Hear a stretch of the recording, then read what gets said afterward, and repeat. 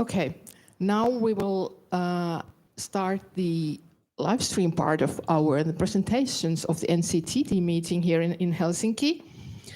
And so my name is Johanna Laakkonen, I'm the director of Theatre Museum, and with me is our first speaker, Astrid von Rosén from Sweden. And we have two presentations now, and they will end around exactly 11:30. And then we have a lunch break, and there won't be, of course, no stream at that point. And then we have two more presentations, and then the stream will continue until 1:45. And there will be a short 10 minutes question time after each paper. And now I would like to introduce Astrid von Rosén. She's a professor of art history and visual studies at the University of Gothenburg. And she was educated at the Swedish Royal Swedish Ballet School, and she has a background as a classical and contemporary dancer. And her research includes activist, historiographic, and dig-where-you-stand approaches to scenography, performing arts, archives, and archiving in our digital age. And Astrid recently published Scenography and Art History, Performance Design and Visual Culture, which came out from Bloomsbury 2021. So it's pretty fresh. So please, Astrid. Thank you so much, Johanna. And I would like to thank the organizers for inviting me here. I feel both honored and glad for this opportunity for me to share some thoughts, some results, and some points for discussion from a major research project. And so I hope that we will have a few minutes towards the end that we can talk, because it's really valuable to me, to hear voices also from the bigger community. I would like to go back to a couple of specific points in time. The first one is in May 2018, when I, together with my research team across disciplinary groups, submitted the research application for the expansion project, which is short for the longer title I'll show you later, to the Swedish Research Council. Shortly after, in June 2018, I was invited to a conference in Munich. And I was invited as an international guest together with two other international guests, but the conference was in German. And the reason for me going back to that particular moment is because, and I've written it up there, and I call it the Munich incident. And it might be small scale and maybe insignificant, but to me, it was really so full of friction and interesting things that matters extremely much to me and my research. So what happened was that there was a panel, and the panelists came from major German archival institutions, and they were talking about their plans and strategies to start collecting and preserving independent performing arts, because of course the independent performing arts had not been archived, and there were huge gaps in history and so forth, something that I also had noticed in the Swedish context. But when they spoke and talked about their approach to this, and this approach was, and I hope I remember this correctly, and I don't want to insult anyone, but the approach to me came through as, we will collect everything and we will own it. And then in that space, there were people standing way at the back, and they raised their voices to protest and pose questions. And they came from the field. They were practitioners, as far as I understood it anyway. I spoke with some of them afterwards. So in that space, you had all the friction of the major institutions and their plans, and the voices of the artists. And that is very interesting to me, these sort of potential dialogue, but also the differences. So this has sort of stuck with me, and I'll sort of circle around it and try to pinpoint a few aspects of this in this talk that I've called Collecting and Respecting, Caring for Independent Performing Arts Heritage.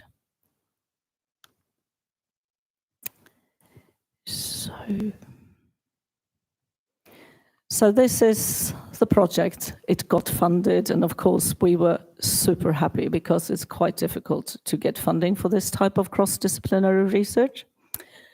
The reason for us getting funded was that they opened a new sort of area, and it was a governmental assignment, particularly aimed at digitization projects in relation to heritage.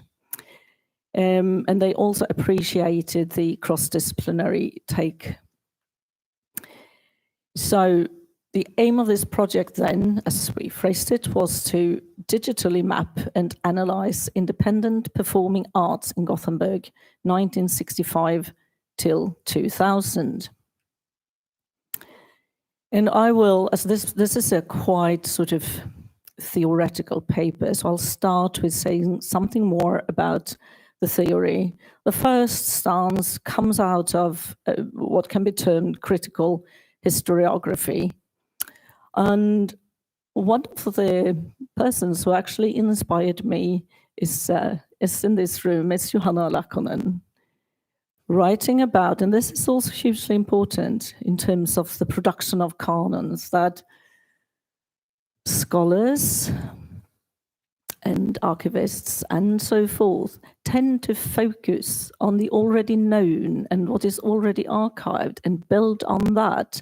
And that's a foundational thought for this project. And there are obviously a bigger field of critical scholars. I can mention a few of them. So we have Lena Hammergren in Stockholm. I think she was your supervisor. And she's a key person when it comes to critical historiography within performing arts, and in particular within dance.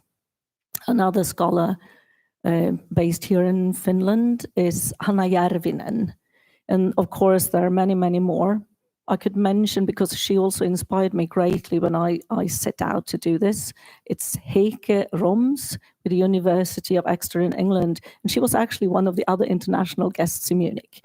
So there is a quite interesting community engaging in these issues, and they try to, solve the problem that also I think this seminar or symposium is trying to at least address and debate.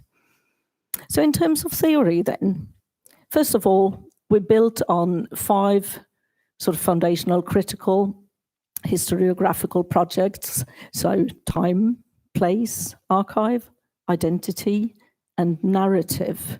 And I will say something about these concepts. Time, in the case of my project, is a time before you will have properly born digital materials. So it will be another type of archival material as the basis of the empirical research, which we will have to think about also in times of digitization or potential digitization. Place became a key concept when we constructed our database, because it would force the scholars to really consider place as something entangled with or different from the performing arts group and the name of it. And this can be a huge problem, because often the place and the name are the same. You say, oh, this is the theatre of. But then in the independent performing arts world, at least in the context I've explored, the group will move. It will occupy many places. It will be temporary contracts, etc. So place was actually a really vital concept to us. Archives. Well, I drew a lot on critical archival theory, new approaches where you expand from the traditional bureaucratic understanding of the archive move into post-custodial ways of understanding it. You emphasize democratizing principles, and in particular, and this is participatory approaches. In my project, it concerned the dialogue and involvement of practitioners, which is often complicated in terms of how much time shall people you cannot pay a decent salary invest in your project. But I've been very firm there. We have paid people who did substantial work for us. I just want to say that because that's a really critical issue in a world where independent practitioners often don't have like a bigger salary and things like that. So and also the newer notions of the archive would include bodies as archives and memories as archives, really valuable in terms of performing arts and the multisensory and the bodily there. The notion of identity, it concerns who is considered for being included in history and who is excluded, whose body will be there and whose body will not be there. So it's also a really vital concept. Last one, narrative. What are the major or grand performing arts narratives that we have sort of that formulate the historiography of, for example, a country? So when I looked at Sweden, of course, there are master narratives. Certain groups are always included, and we know the story of them quite well, whilst other groups or artists are never mentioned. And these issues are extremely important and interesting to me, and were really the main driving forces of this project. So, and dig where you stand, it's a Swedish concept from Sven Lindqvist, a globally acknowledged author. And this year in March, the English translation was for the first time published. I was part of doing that. Together with a scholar from UCL, I've written an introduction to that book. So in English, it's called Dig Where You Stand. It emphasizes history from below, the voice of workers in the context of my project. It would be then practitioners, artists, people working backstage, and the expanded network of performing arts workers. So we really wanted to include as many people and practices as possible. And one benefit of the digital realm is that it's possible to include more names and more practices, etc. So that's actually one good thing with this. So during the first year of the expansion project, so our team, we constructed a so-called post-custodial relational research database, and we did that with the help of digital humanities people, so they were also on the team. And the scholars then came from the humanities, and we also had one sociologist in there. With relational, one has to think first, which I had to learn, that everything will have to be divided. So even a name will have, I think you know this, will have to be divided into first name and last name, and every single person will have a post of their own, and every single group will have that. And the benefit of this, if you manage to fill in everything in the database, which is, I have to say, can be extremely time consuming, is that you can see relations. So you can actually map a field and follow a person who maybe worked first for a particular dance group, then did something else, and then entered another performance. So the more data you enter, the better you can see relations and connections in a field. So that is very useful, but it's also, as I said, really time consuming, especially if you wish to really also include smaller groups or groups that are perhaps really, they have expansive archives, but have not been included whatsoever. So it's a lot of really basic research as well behind this. But the relational database is something really different from if you think about a printed book or some materials that are fixed. So it's not fixed. You can always add new things, add new relations, and explore that, and you can pose questions into this. Post-custodial.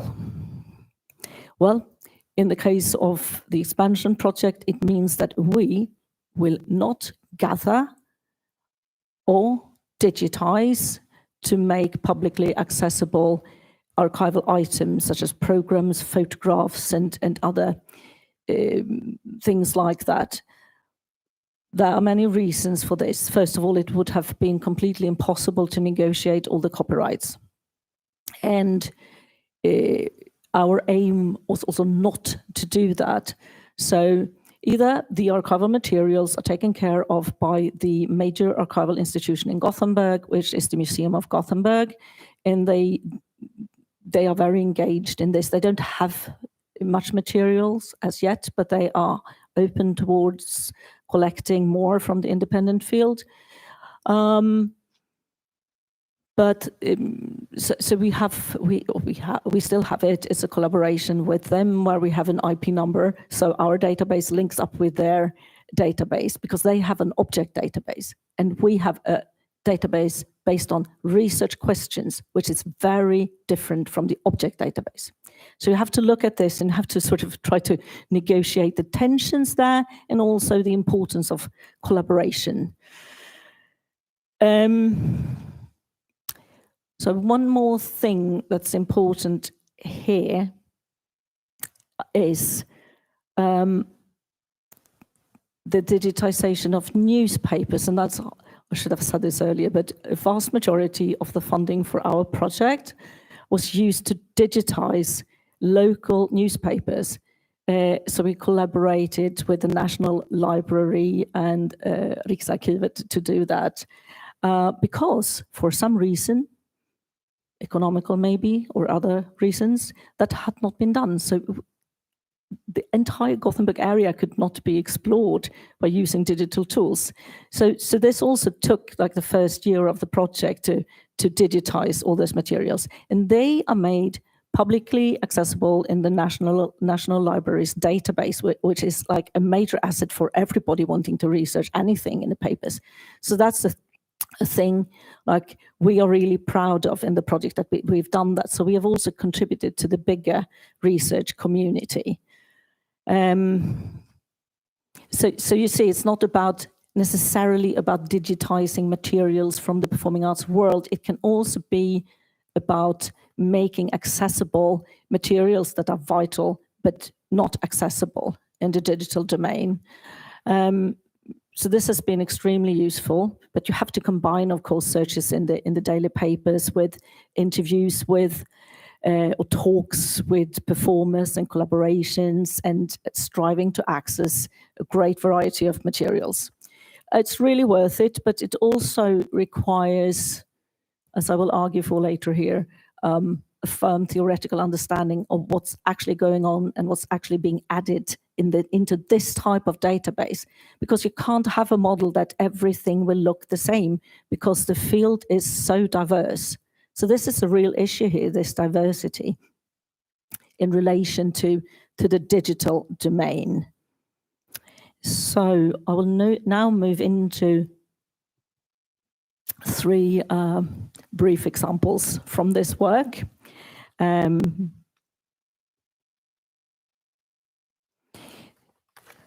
This person, Claude Marchand, was a black dance artist. He was working in Gothenburg from 1967 and onwards, and I would be really interested in, have any of you heard about him before? You say no, there is a no, there is a no, yeah, exactly.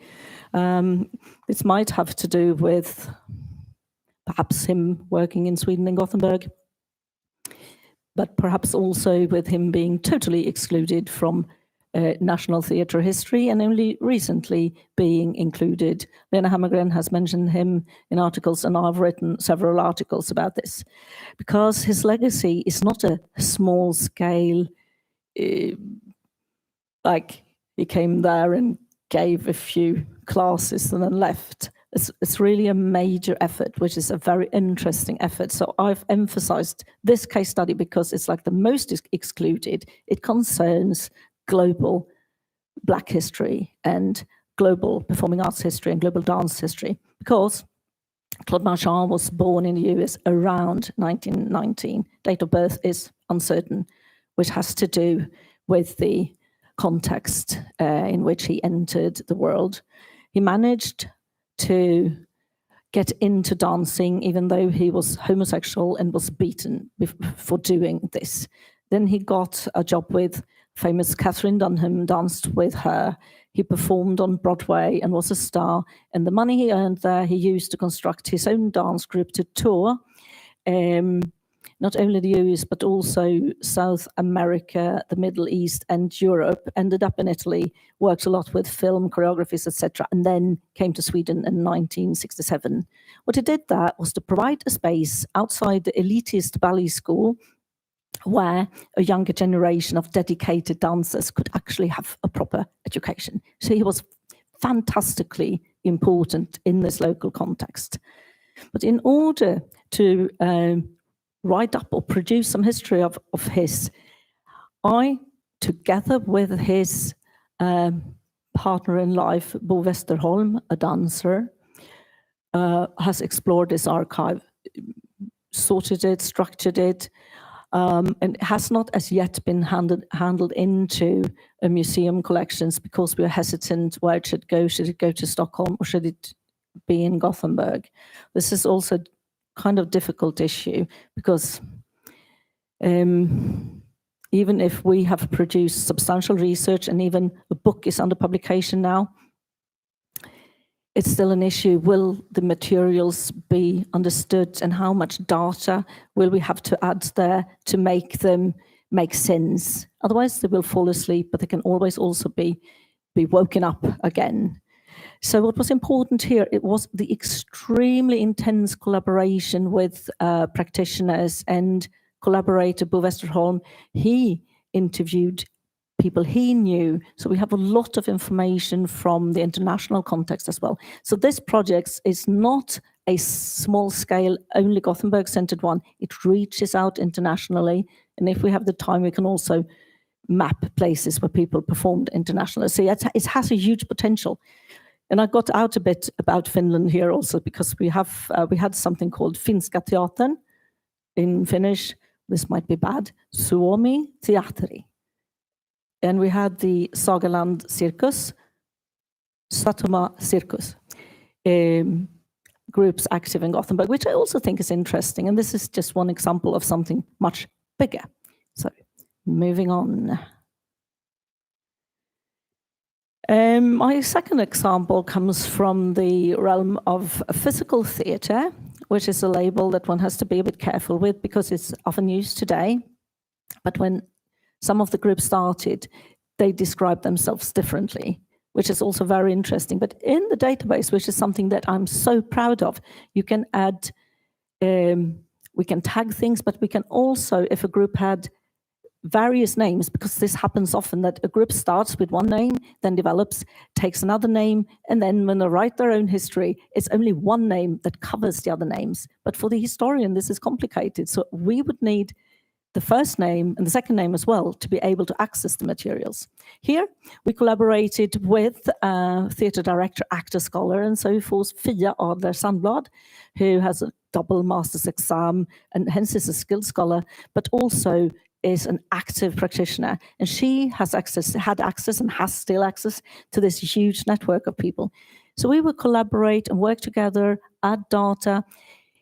We would really make an effort to write up like at least sort of 10 lines for each and every group and person, making sure that they were happy with the text as well. This turned out to be possible, but in some cases people were not interested, and then we as scholars could write some a text that is scholarly, but of course doesn't mention any personal details or anything. So we have ways of negotiating this, which means that materials in the database will look different. We also have a square where we can write what we've done, where the archival materials can be found, who we interviewed, and where we thank people. So we try to have a firm ethical approach. And if a person is not interested of being mentioned at all, we can, of course, avoid that. But it hasn't happened yet, but we have to be open to this as well, because you can't assume that everybody's happy to be in a database. But it, of course, has to do with personal contacts and wanting to have the contacts, and also having the energy to be prepared and do the job before asking people and interviewing them. So it's a lot of ethical issues that I want to talk about today, and also we have tried to build into this project. So this is my third example. This quote, I want access to my materials, comes from really experienced and important dancer and choreographer Gun Lund. This year in January, she turned 80 years of age, but she's still a tour de force, very vital. And what is interesting here is that she said this, I want access to my materials. When we were at a gathering at the Gothenburg Museum, that's the sort of major archival institution, Gun refused to hand in her materials. And she explained why. And that's because if they are handed into the museum will own them. And Gun would then have to go there and ask them to bring out the materials, and she would not be able to take anything from them or change the materials, which she, in her work, is that's very important to her, to be able to have her own materials, draw from them, recycle, and she will often reuse ideas and previous performances, update and add something new, etc. So it's a very organic process. And I think she's a useful example because I don't think she's the only one working like this. And of course, that's difficult for an archival institution who has a really set agenda for what will we accept. We will accept tow programs, we will accept performance photographs, and maybe something else, no press clippings and no additional materials. So it's very firm. And that is, of course, difficult for many practitioners who might have other ideas, and the archives might look very different. So hence Gun has her own archive, and I tend to call her an archival activist, because she does this in a very dedicated and powerful way. And also other practitioners turn to Gun and they want to hand in their materials to her archive. So there are real sort of interesting tensions or frictions or differences between the archival institutions and between Gun Lund's approach to the archive. And for me, of course, as a researcher and scholar, I can move freely between the institution and Gun Lund and practitioners. So when I do this, they tend to become part of a network that then can create a montage that will increase knowledge. The bits and pieces can be put together, but it's a quite difficult and time-consuming process. This year, Gun Lund has given her dancers it's a project where they are allowed to select whatever performances they want to re-perform and reconstruct without her interfering. And then she will show up on the premiere and sort of look at that. And that's, so far, this has been fantastic. And that adds on to the layers of knowledge into this project. So it's also that practitioners might want to do something completely different from what I do as a scholar. And I've also collaborated with practitioners to activate certain parts of archives and movements. And it's really, really rewarding, fun, but also difficult, because it takes time for people to understand why are we doing this and why should we engage in this. But the collaboration with the practitioner Gun Lund has been, it's actually vital to the development and sort of my theoretical understanding of what goes on here. Okay. So this is one of my concluding slides. And here I have tried to summarize and theorize my current thinking about the project and the database, and think about these issues as a model, as a way of theorizing and understanding what goes on in this complexity. And at certain times when I've been tired, I've talked about the database as a monster, and I've been very frustrated with it. And I've had cramps in my arm when adding too much data during a research day, especially during the pandemic. This might seem as you know, me saying, I'm just complaining, or I'm just doing this. But actually, to say that the database is a monster is also to admit that technology has agency. Technology affects what you can do. It sort of guides you in certain directions, and it doesn't allow you to do other things. So, and those things are also real issues to be reflected upon, I think. So, and this goes way back, this issue of care. But I really think the notion of care is vital in many ways. So I'll read out to you one of my favorite quotations, which goes like this: radical empathy offers a way to engage with others' experiences that involves discarding the assumption that we share with them the same modal space of belonging in the world.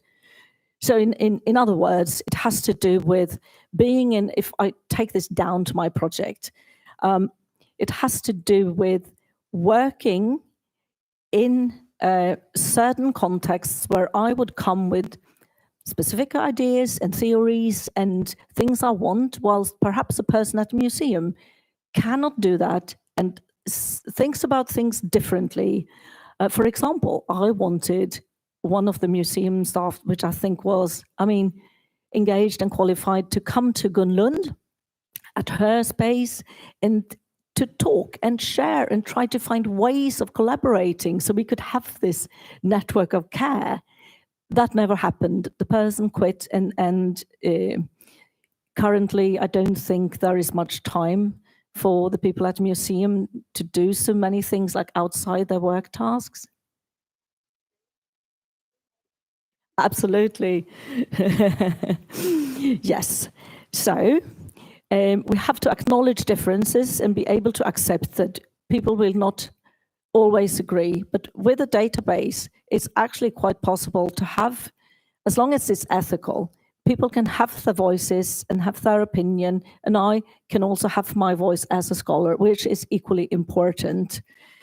Then to summarize this, I think a network of care considers preservation as a relational network and evolving process. So it's so important to try to understand that the process of gathering materials, perhaps preserving them or perhaps not, in constructing history is an evolving process. It is very difficult, at least in my project, to think about it as something that will be finalized. Of course, you can write up a piece of text and it can come into a printed book and that will be finalized, but the actual process in a network will be ongoing. Equally important is that the network has an ability to share resources and goals. And I think the database is useful as a binding element in a network of care and in a sort of knowledge montage, because there it's public, open access, and I can ask people, please go in there and read, we have this. So that is actually a great help in this type of big projects. Of course, the network of care, we also engage with social relations and negotiations, as I've showed in my 3 examples. It's ongoing. importantly, expertise and elements are distributed. So I am not the only expert. I'm an expert in on certain things and in certain aspects, whilst practitioners, of course, are experts on their own job. This is actually a quote from Sven Lindqvist. And this is my last slide, things to think about. How networks of care revitalize guiding parameters for preservation methods.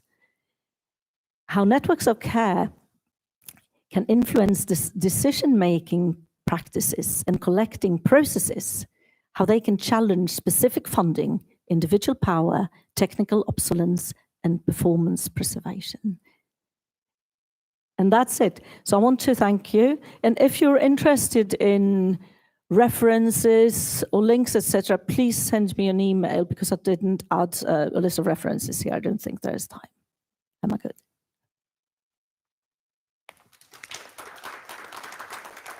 Okay. Thank you. Thank you so much, Astrid. It was really wonderful to hear about the project. I've heard about it before, but I didn't quite realize it's so huge. Oh, thank you. Yeah, I know I've been talking about it before and in various ways and contexts. Yeah, it was really, really interesting. So now we have time for a few questions. Is there anybody who wants to ask something?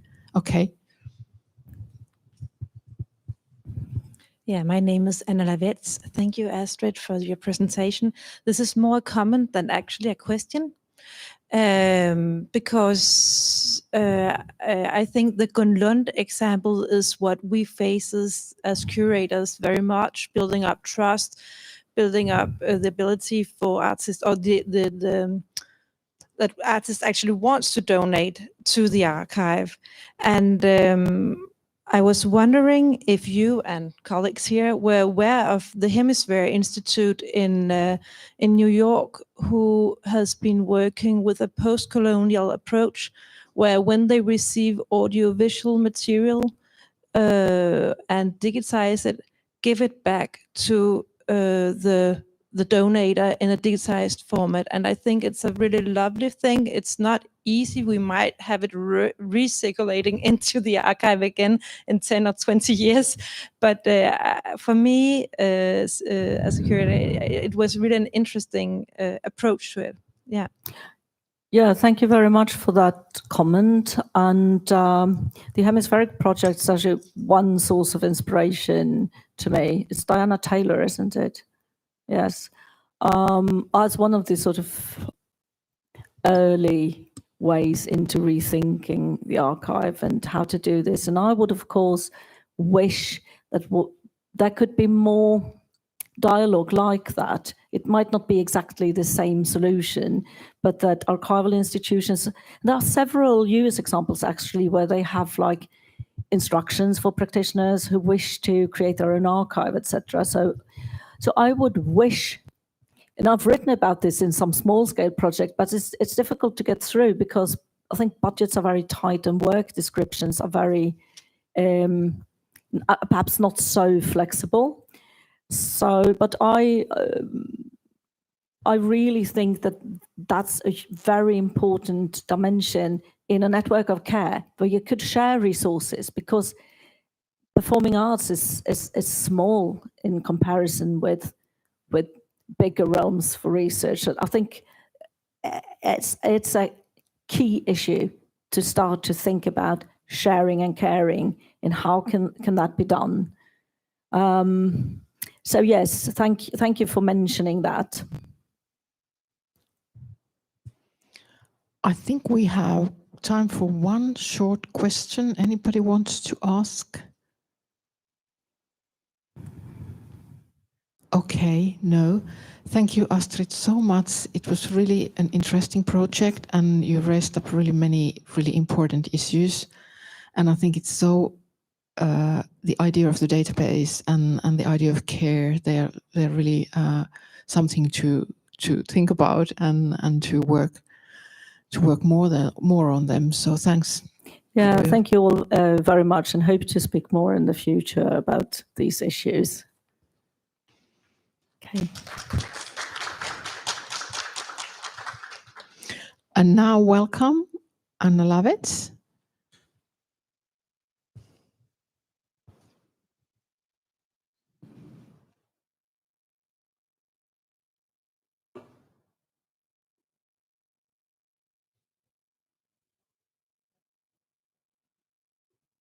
We will find the right slides for the next presentation.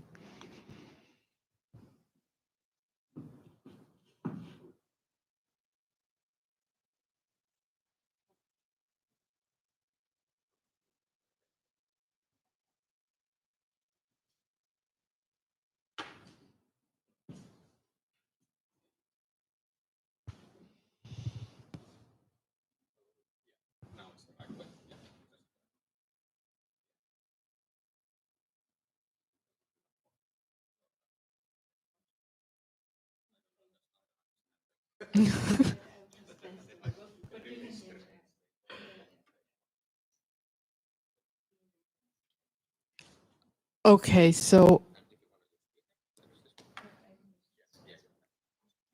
I would now like to introduce Anna Lavets. She has a PhD and is responsible for the theatre collection at the Royal Danish Library. And you are also the head of the working group in SIPMAS, on acquisition of born digital theatre archives. And Anna is currently researching the history of Danish radio drama, funded by the Ministry of Culture. And furthermore, she's part of the research project Knowledge in Motion. I don't try to pronounce the Danish name, about dance archiving in collaboration with Department of Art and Cultural Studies at the University of Copenhagen. And that's a project led by dance researcher Karen Wedel. And your topic is, I only say what I cannot remember, Danish performing arts and archival strategies in the 21st century. So please. Thank you. Yeah. And thank you for organizing this. It was really needed to meet and to be together. Thank you. As curator and responsible for the theatre collection at the Royal Danish Library and former artistic head of the performance group Sisters Hope, I can see three trends right now. The performing arts has developed in a performative direction where the playtext is less important, but also the unity of time and space is challenged through immersive theatre or the use of different or multimodal platforms for the artistic work.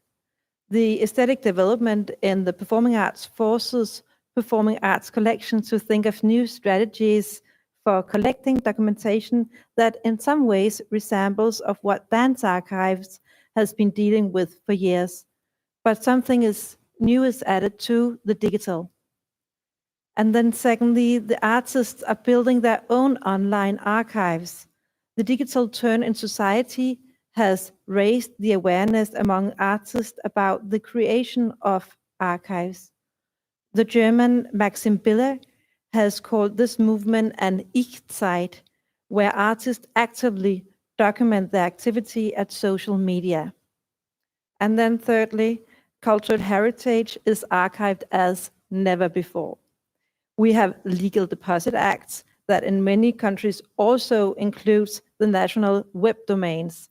And for example, in Denmark, we are harvesting everything published on the web domains. So immense amounts of terabytes are harvested every day. And I think it's equally like that in Sweden and Norway, and maybe Finland too, but it's huge. In Denmark, the institutions working with cultural heritage are proposed multiplied to more institutions by the new current the government that has just taken the power in Denmark. And in other words, that is a further race in what is archived. The general race in collecting cultural heritage, the new challenges for collecting, and the new online artist archives raises the questions, what are we to archive and for whom? What I'm presenting today are some of the results from my research project Indsamling af flygtige scenekunstformer, collecting of the ephemeral performing arts. It ran from 2019 to 2022 and was funded by the Danish Ministry of Culture and the Royal Danish Library. The project creates the foundation for a new collecting strategy for the performing arts in Denmark, which I'm currently working on. Historically, my collection, the Performing Arts Collection, was funded and financed in 1939 by the performing arts institutions themselves, due to the lack of access to playtexts. Today, the collection is a part of the Royal Danish Library, and I have the national responsibility for collecting the playtexts, often unpublished, as well as documentation about the performing arts. There's still a close connection between the artists and the collection, and I wish that the collection in the future is not only relevant for the researchers, but also to the artists. The question, what are we archiving and for whom, is in this case reframed to what are we to archive if we want to create a national or just a performing art archives that takes into consideration the archival needs of the artists and the digital turn. As part of my project, I have interviewed 10 performing art artists based in Denmark about what they save from their own productions and what they need from the archive if they need to reinterpret another artist's work in order to reveal what is needed to be collected from their perspective, but also what some of the challenges are. Nevertheless, we can obviously only collect what the artists themselves are saving. The artists chosen for the project were a priori not part of an institution. Their oeuvres can be divided into 3 groups. So the first is, I have tried to list them in the groups. Durational performances in multimodal ways that develops over time with no fixed beginning and end.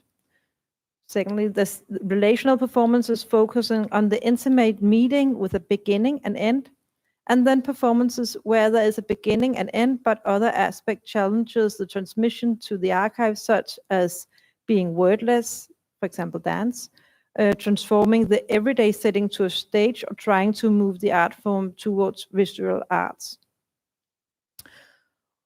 When something is saved, it's because it is ascribed meaning. The artists emphasize quite different elements when they describe what they save from their works. Factors as storing space and economy is central to what is left, if there was money for video recordings or not, and if there was space for storing the work, or if it had to be under the bed or in the atelier of friends. There seems to be no connection between the amount of material the artist is accumulating and the years of activity. For example, the performing artist Madame Nielsen saved only 3 to 4 boxes covering 40 years of work, whereas performing artists as my former colleague Gryvor Hallberg has saved thousands of notebooks from about 7 performances for less than 10 years.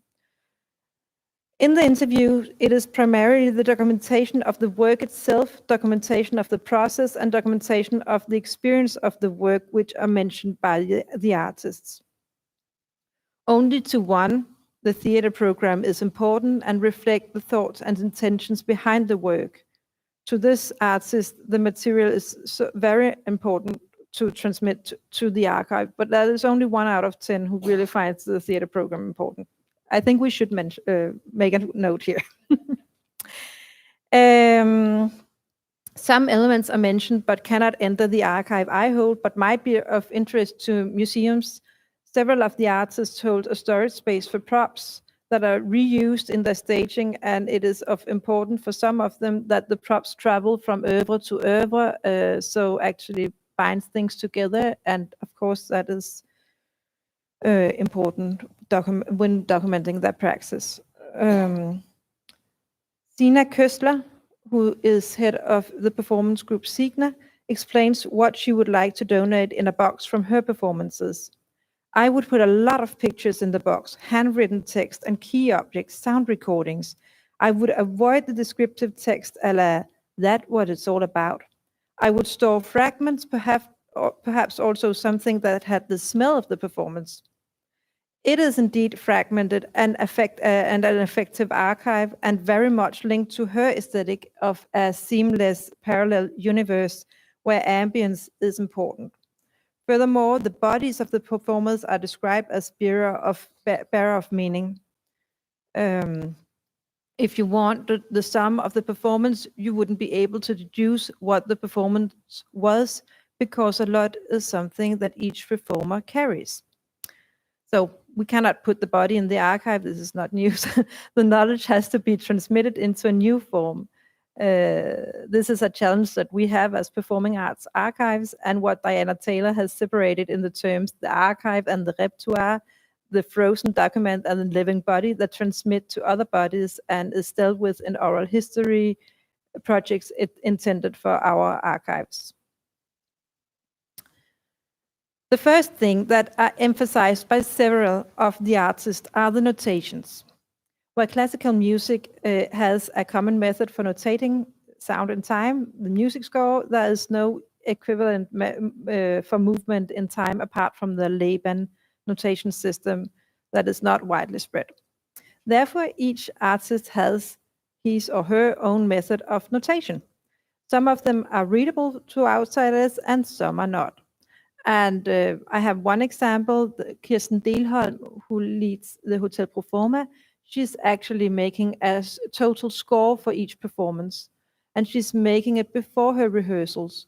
So it's like for a film, she have everything noted down. And if she wants to change it, it's not done with the actors, it's done with extras, and often before rehearsal starts. So those notations are very accurate and can be used for restaging, and are also very readable. On the other hand, I have one like Kit Johnson mentioned here, who is the artistic director of X Act. It's a very physical. She's a dancer in a way, she's a Buto dancer too. And she notes a lot and she have a very dynamic archive and notes a lot in a book when she makes her performances and notations. But actually, when I saw the book, it was impossible for me as an outsider to understand what it was all about. And then she explained, "Oh, but Anna, I only say what I cannot remember." Oh, so everything is in your body. Okay. Yeah. And that makes, so it's difficult when we talk notations, but they are important and can give an insight to method and can be important. We will see later on as well when I carry on here. The second thing that are mentioned are the recordings. Madame Nielsen, who has the Nielsen movement, said to me, a film recording of a performance is like the difference between a corpse and a living person. And then actually what was in the 3 to 4 boxes that she donated to me was video recordings. Never mind.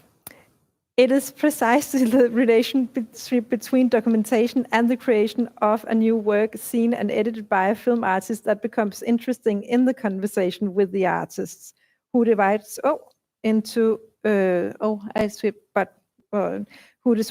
divides into two groups. One who actually works with adapting the documentation, always making a new oeuvre out of the documentation, and one much more focused on the raw documentation. But that's very few. Most of them actually want their intention with the piece to be transmitted in a video documentation.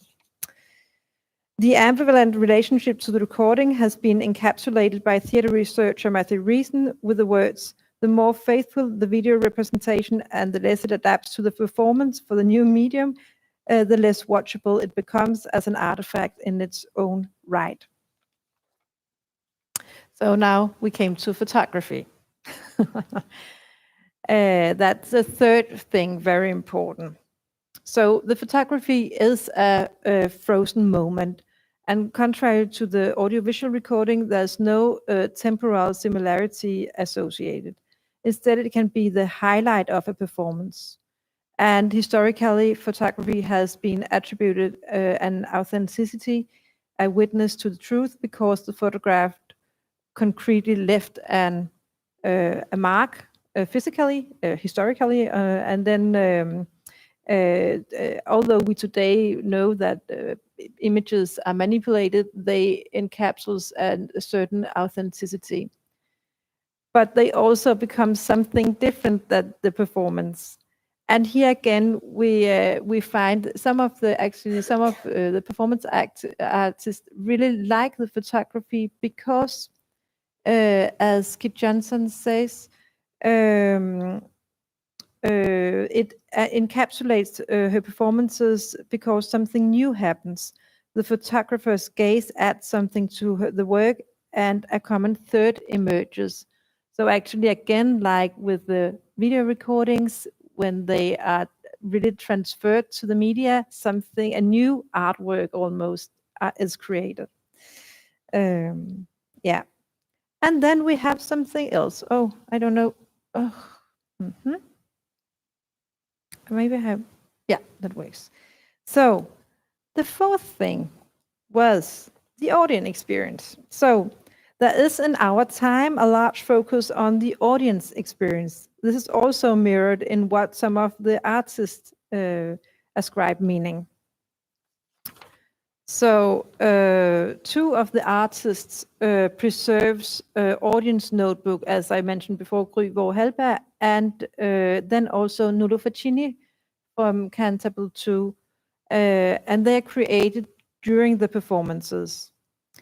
And he says, for most of our performances, the audience writes at the end. For me, these are in fact the things that best contribute to the understanding of the performance. It is an incredible, accurate and detailed description of the audience performance. Sometimes they describe things that I think weren't in that scene, but it must have occurred. And that is a new trend. The work with the audience writing of the experience as part of the fictional universe, because the records are made as part of the performance, it raises the question of the status of the material. Can they be understood as documentation of the perception of the work, a poetic articulation of the actual experience, or should it be understood as part of the work? Is it seen from the inside or the outside? Those were the affective archives, what the artists actually want to save themselves. So now we come to the next level. So asking about the performing artist's own demands to an archive when reinterpreting somebody else's work gives the opportunity to move from their own work documentation and wishes about how their works appear for posterity to a very concrete situation where the artist must imagine what remains are needed in the archive to be able to work with a staging based on someone else's original work. When asked what the artists themselves would use in a reinterpretation of another artist's scenic work, there is a general agreement that video documentation is absolutely central, just as it is the raw, neutral recording that is preferred. So no interpretation here. Give me the raw thing as it was, or looked like. This contrasts with how the artists themselves want to encapsulate moods in the documents they save from their own performances. As dancer and choreographer Timiakis explained, when I asked what materials he would like to have access to if he were to reinterpret a work by Pina Bausch, said, the finished work, video, I would love to have footage from rehearsals so you can see how they worked. I would love to have something in writing or interview with the dancers or choreographers about what they wanted the work to be and how they went about create that work. And if possible, get some of the dancers who still remember working with the work and get them to show it off. And actually, he was the leader of the dance company Corpus, who was a part of the Royal Danish Theatre for 10 years, and they created an archive on the webpage for the Royal Danish Theatre. So even though it's now closed, you can go in and get some of the insights that actually he demands. The interest in understanding the method is especially important to the dancers interviewed and interesting for us as creators to bear in mind. Like Tim Matiakis, the composer Louise Alenius wants some insight into the intention behind the work. For example, interview with the artist around the time of creation. But unlike the theater researcher, she will not make use of reviews from the newspapers. And here I think it's interesting to mention that the archivist archive, Franklin Furness archive, who has actually, that I visited during this research project in New York, and they have since I think the 70s had a formula that when you do an art piece in there, it's also a curating theme, a scene. And so when you do something there, and you have to donate to the archive, and you have to write the intention with the performance you have done. And they told me that it was interesting because then there was remakes 10 or 20 years later, and the artist would of course say something else about the intention that what was intended at that time. It's not that there's something true or not true, but it's interesting that actually they have incorporated the intention as part of the delivery to the archive about the creation time. And then I have to say also that when they have to do remakes or reinterpretation, they are not mentioning the audience experience at all. The vast majority of the artists interviewed have a digital online archive, and what is placed at the I have called that a front stage archive, and it's opposed to a backstage archive because it's really different what is put on the front stage and what the purpose with it is and what is hidden behind. So, for example, Arthur Köstler, who's a part of Signa, he told me that actually they hold 24 terabyte of backstage archive, and only a very small part of it is online. Yeah. Other uses the digital platform for artistic works or as productions such as Madame Nielsen, who on Instagram has a series of organ concerts, improvisation that takes place in various churches. They are not stored in Webdanica, as none of the social media currently are harvested systematically. These digital oeuvres hold an ephemerality that is different from the live art, but is important for us to be aware of.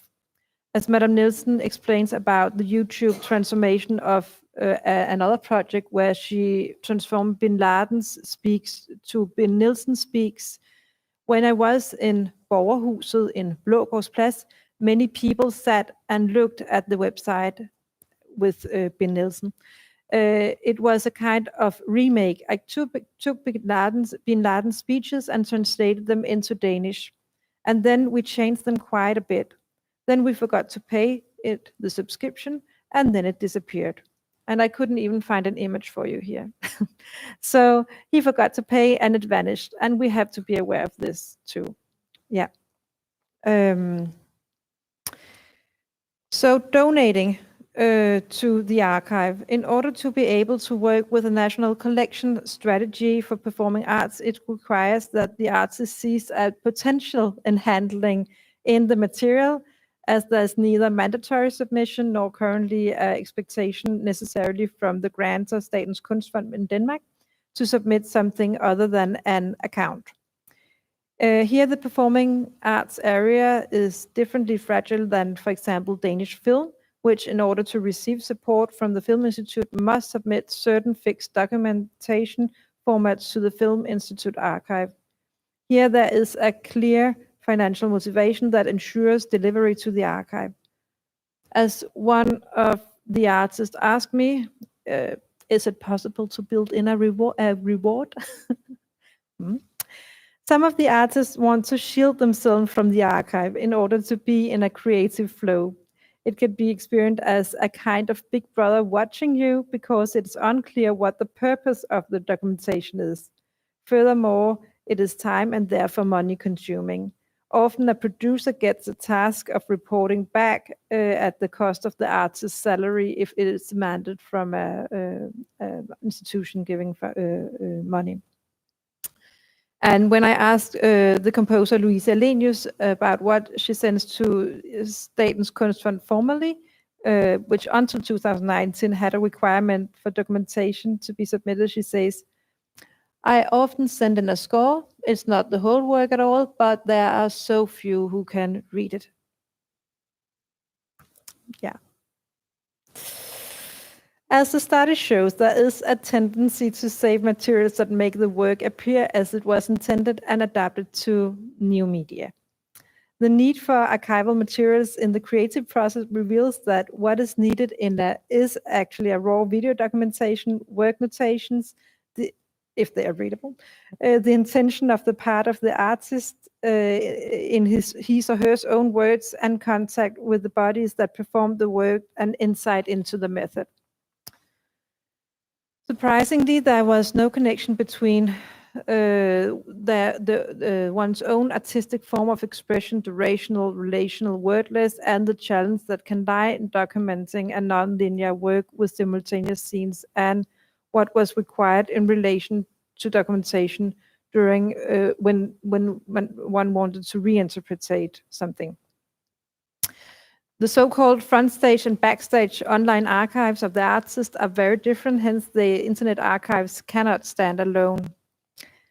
That is an argument that I sometimes meet in my organization. We have an internet archive, but this is just that we have some arguments for saying, no, we also had to have a special awareness here.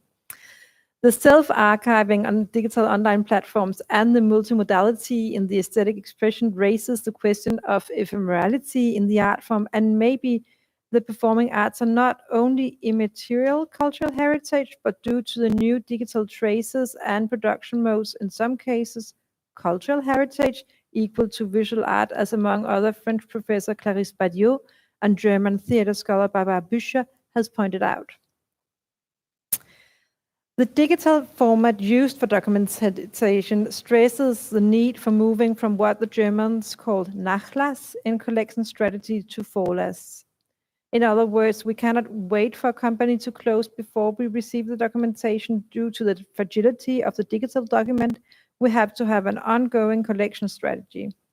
The fact that the artists themselves are alive and building the archive with the archival institution affect what is saved, of course, and we do not know the consequences of this yet.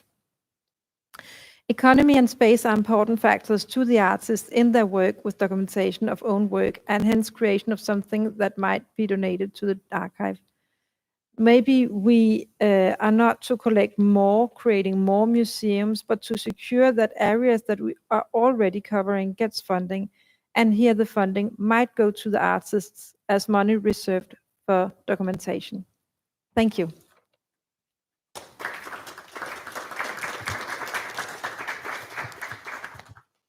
Thank you, Anna.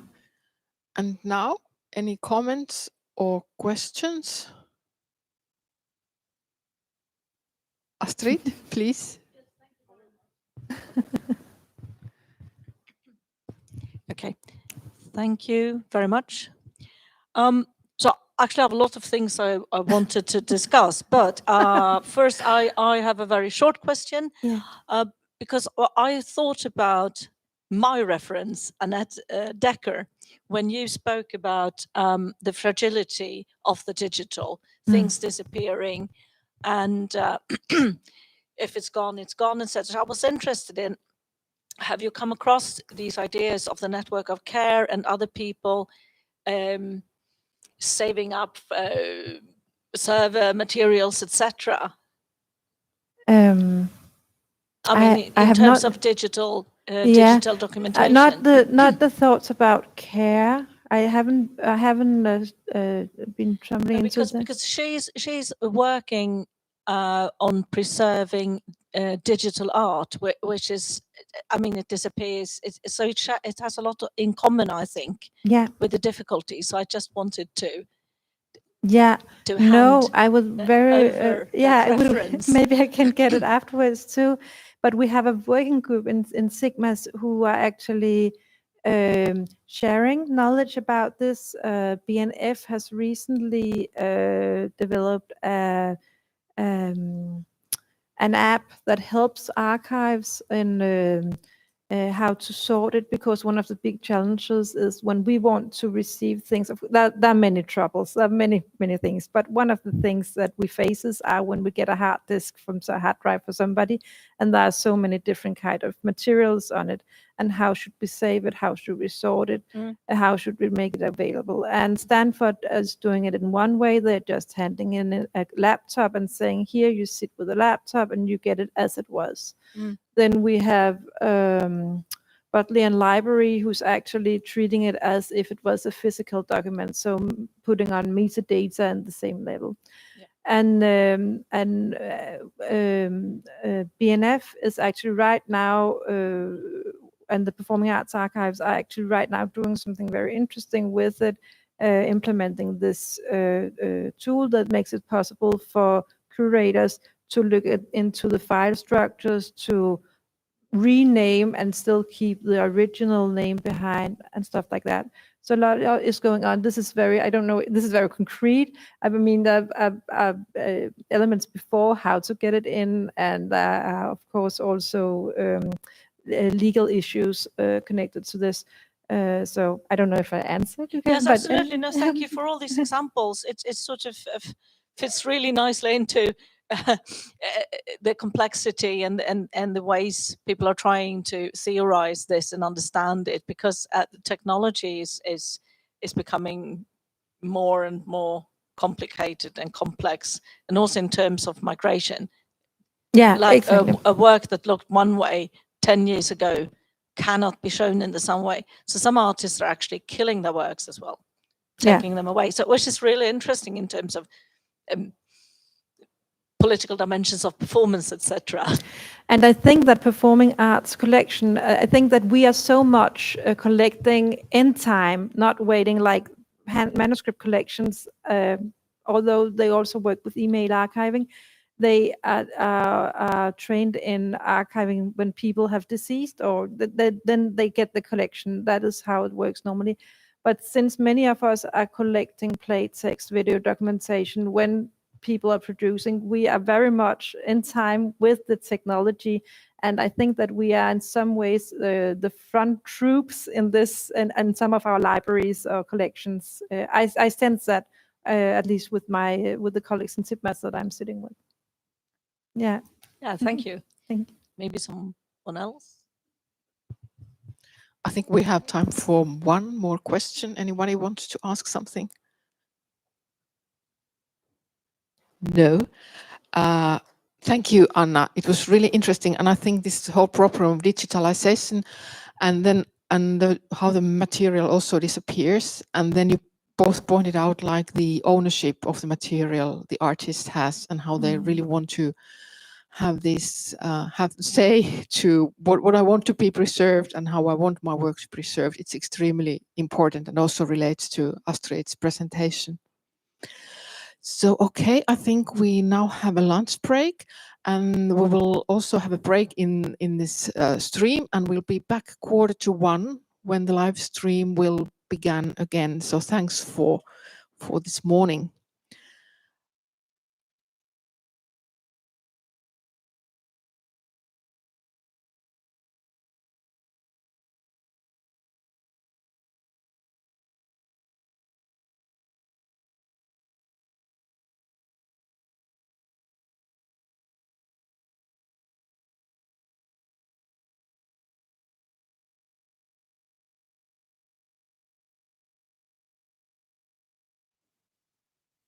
Thank you, Heikki. Okay, we will continue our presentations of the afternoon. So this is the NCTD meeting in Helsinki. And our first speaker of the presentation is Johanna Mäkelä from the Circus and Dance Info Finland, how to preserve traces of today's circus art. And Johanna is the head of development at the Circus and Dance Info Finland. If you wonder what that is, it's a support organization and an information center for circus and dance. And actually, there was this fusion of these two sister organizations at the beginning of this year. This year, yeah. So they don't exist quite separately anymore. They went together this year. And Johanna has worked for Circus Info Finland for 15 years with communication and with various other projects as well. And she holds an MA from Theatre Research at the Helsinki University. So please, Johanna. Thank you for the invitation, NCTD and the Theatre Museum. So I've been working for some time with contemporary circus at Circus Info Finland. And today we are Circus and Dance Info Finland, which is one of the 7 Finnish art information centers that receive funding from the Ministry of Education and Culture. We are an independent expert organization representing the circus and dance sectors. We produce and disseminate information about these sectors' activities and actors, conditions, results, and impacts. We compile statistics, we facilitate international cooperation and do promotion. A large part of our activities is carried out in the form of projects, for which we also seek separate private and public funding. Contemporary circus has a relatively short history compared with other performing arts. In Finland, contemporary circus started to emerge in the mid-1990s, and the growth has been very dynamic after the millennium. Today, the circus sector consists of around 25 active companies and 1 circus center, Circo, which you will visit tomorrow. 3 traditional tented circuses, 46 youth circuses around the country. We estimate altogether about 400 to 500 circus professionals in Finland working with performing and teaching. As a relatively young art form, contemporary circus has only a few supporting structures in Finland. So Circus Info Finland has worked with the task to support the artistic and cultural development of the art form since 2006. In the beginning, when circus had no other dedicated structures, we tried to do a bit of everything and to answer to all the needs of the field. I will first describe what we have done to preserve history of Finnish circus and tend to talk about more the situation today, and I will finish by taking up some European circus collections. One of our first attempts was to open a database. Started 15 years ago, the database now contains information of circa 160 artists or teachers, 650 shows, and 63 companies or working groups, many of which are not existing anymore. Users can upload the info themselves, and as so often happens with databases, after submitting the data, it's seldom updated. At the moment, a renewal of the databases for circus, dance, and theatre is discussed and will be progressed, so I will not go more into databases. Circus Info has also collected press clippings of the sector. We bought the press clippings during 12 years from a media company. Finally, it became too expensive, or the budget was needed for other purposes, so the collection was halted. We also collected hand programs, mainly by picking them up when the personnel visited a show. In addition, we collected printed marketing materials and DVDs of the companies. This all took place in the previous decade. In the 2020s, printed materials have mostly disappeared. Digital information has come in place of handouts, and today there is not much to pick up. The videos are distributed through YouTube and Vimeo, and collecting the video material would need a totally different kind of a process. When we moved offices 2 years ago, we donated our collections of press clippings and programs, print materials and DVDs to the Theatre Museum. It is of great importance that the Theatre Museum has extended its collection policy to circus art. Circus Info's aim has been to develop collections that discuss contemporary circus art and its development in Finland for future research possibilities, even though we have no researchers at the moment working with this type of material. We have also digitized the videos in our collection, plus a few other private video collections containing VHS and DVDs from the 1970s through to 2000. During 10 years, we digitized altogether 2.5 terabytes, including 3,000 videos and 3,500 photos and print materials. All of this now lays on a hard drive.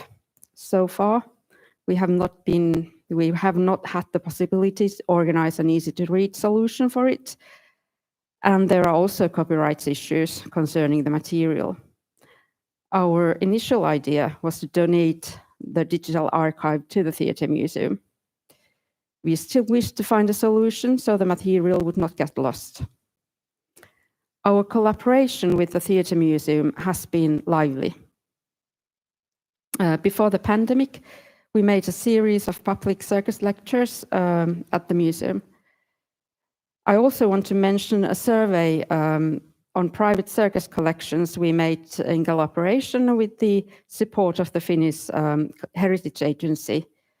The private collectors are often former circus professionals or enthusiasts with an overall interest in the art form, and their collections concentrate on circus and entertainment arts before contemporary circus was born. The survey was made 5 years ago by interviewing 21 collectors. Many of them are elderly persons. The aim was to facilitate the possibility that some of these collections would find their way to the Theatre Museum.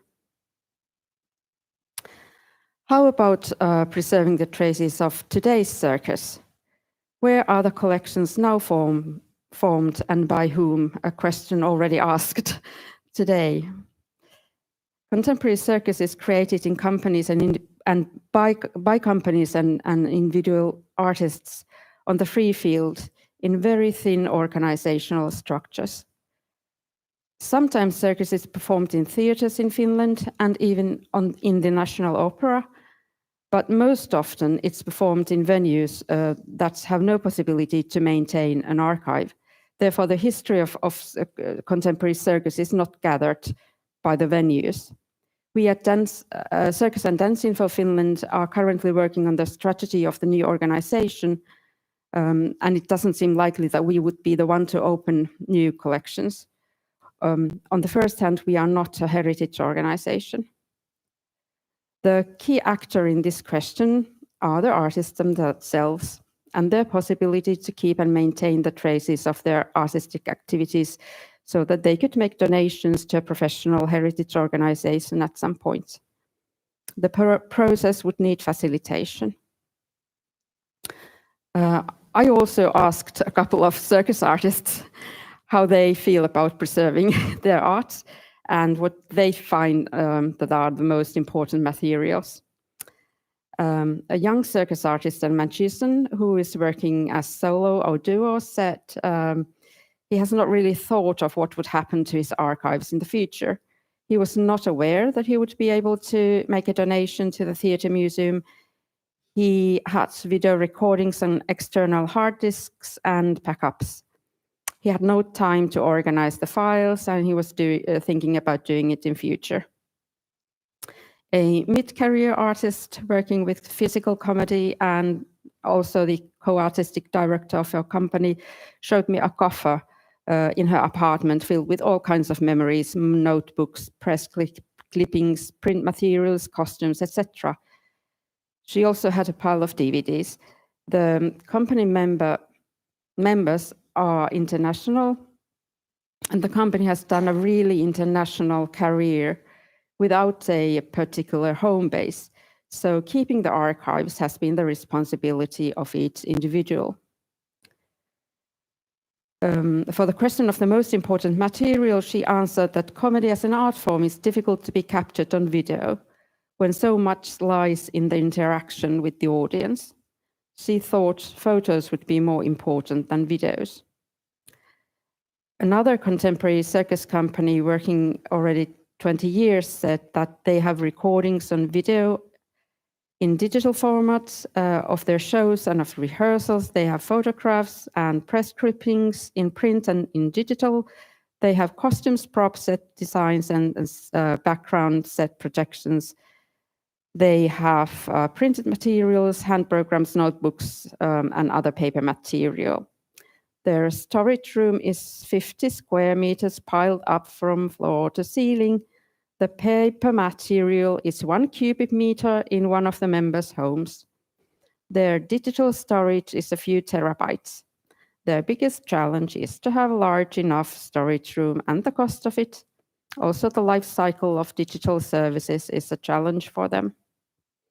This company has better financial status than many others, and I think they would be able to do the work needed in order to make a donation. But this requires awareness of the possibility and, of course, willingness. I guess no heritage organization is able to take in everything that is produced in the art field. When it comes to artists' donations, the key question is to find the time and to organize the collections and to write down the metadata. Also, the long-term preservation of video is not an easy question to solve.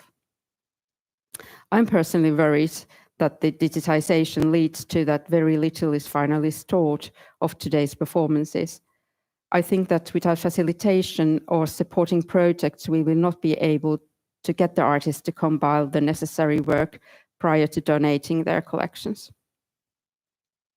Finally, I would like to take up a few organizations with circus collections.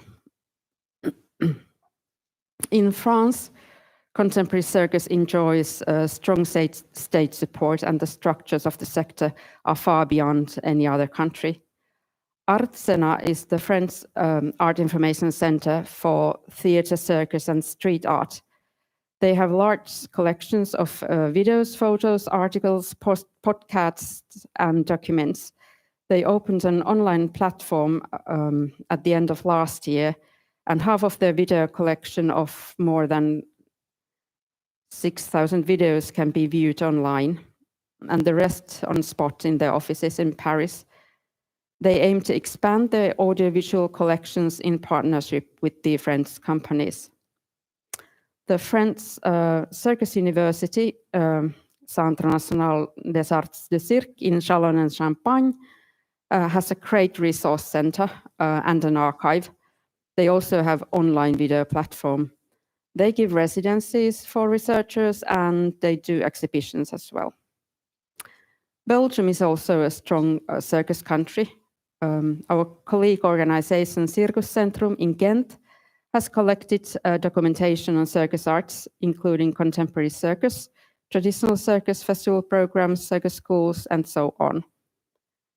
Their collection consists of books, magazines, flyers, brochures, posters, pictures, DVDs, CDs, newspaper articles. And part of the audiovisual material is digitized. Their collection is now halted, and they also are thinking about the future of it. And they have also changed the focus of their strategy. So, and they in Kent there is also another museum of daily life, Huisvällä9. How do you pronounce it? Well, and this museum has a circus collection that focuses in the daily life of circus mostly, and it stems from private collectors.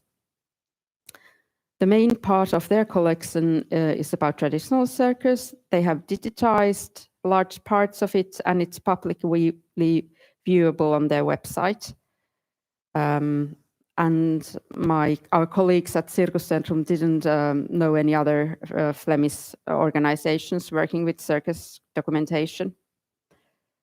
In Denmark, the Circus Museum in Hvidovre, close to Copenhagen, has a collection that is among the largest in Northern Europe. It consists of 100,000 artifacts, including photos and posters and costumes and props and notebooks and programs and newspaper clippings. This collection is based on the digitization of a few large circus collections of traditional circus and entertainment art.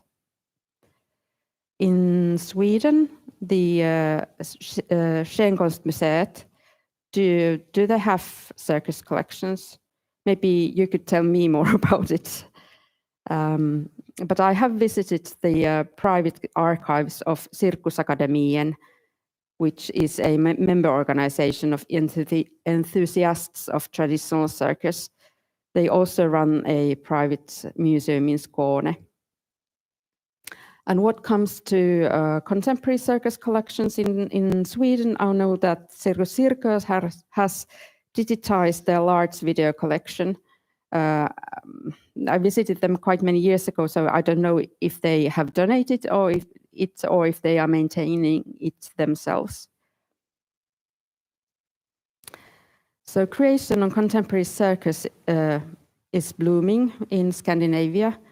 And recently also in the Baltic countries. I think there is a big need for preserving the traces of contemporary circus. I think this could be done as Nordic cooperation if the heritage organizations would join forces and seek funding, or at least when projects to archive today's performing arts are created, it would be worth inviting also the circus arts. So thank you for attention. Should you have any questions? Thank you, Johanna.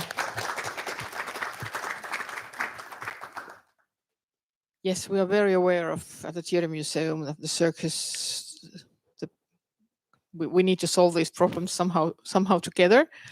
But it really is a challenge because the whole scene is about freelance artists. Even contemporary dance, which is also in a very, doesn't have very strong infrastructure, there are more like companies and more government funding than there is for circus. But anyone has any questions or want to comment on? Yes, Anna, please. Thank you for your presentation. I am the one covering circus, not the circus objects, but I'm also covering circus here.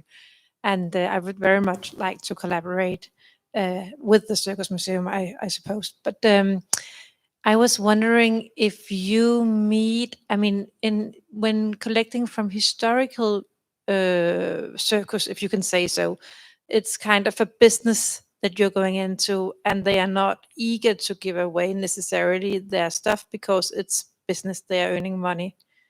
What are your impression about the young new circus artists? Are they willing to give it away more freely, more seeing it less as a business?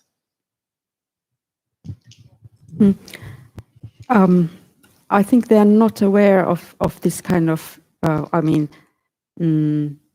like archiving performing arts is a concept that is not common to them, all of them. And then it depends on, I think it's quite the same with, if we are talking about other dance companies or other contemporary performing companies. And the situation where you describe that the also other artists are coming to the dance Danish dance artist and willing rather to give her their archives. That's very that's what I also have like experienced. That but in the circus field, so collections are somehow, there are some persons that are kind of, please Eva, come in. There are some persons that are forming the collections and kind of taking in, and these become then kind of private collectors having material from here and there instead of the companies taking care of. I mean, when the conditions are so changing, but it's when we're talking about contemporary circus companies, I think it's quite similar to contemporary dance companies or contemporary theater companies. You mentioned these collectors. I wonder, Eva, if you want to say something about them, because I don't know if this is only in Finland, but it's a kind of, is it everywhere? Do you want to, Rikard, say something about that? Yeah. Yeah, I think there seemed to be some kind of difference between the contemporary circuses and the tented circuses, at least in Sweden, where you mentioned the Circus Academy. They are like private organization who collects the tented circuses and their materials in a very good way. No one else does it. So, but on the contemporary circus, I don't know if there are. Yeah, exactly. And in contemporary circus is blooming in Sweden at the moment, and there is a lot created. And if it's, I mean, if it's not now taken in, then what happens after 10 years or 20 years?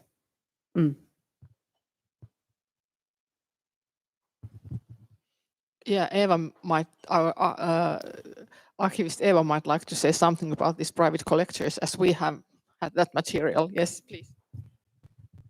Yes, my understanding, understanding is that Johanna, you know best that most of the actual circus enthusiast collectors are more interested or have been more interested in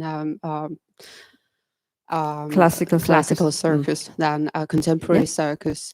So I would, and at least some of these collectors may still be thinking about how to figure out theatre museum, us. Some of them, at least some of them, perhaps are still dreaming about a particular circus museum that they could, so they might be still thinking about where to actually donate their collections. But then as to contemporary circus, I think that's more clearly sort of our responsibility to try to take care of their materials.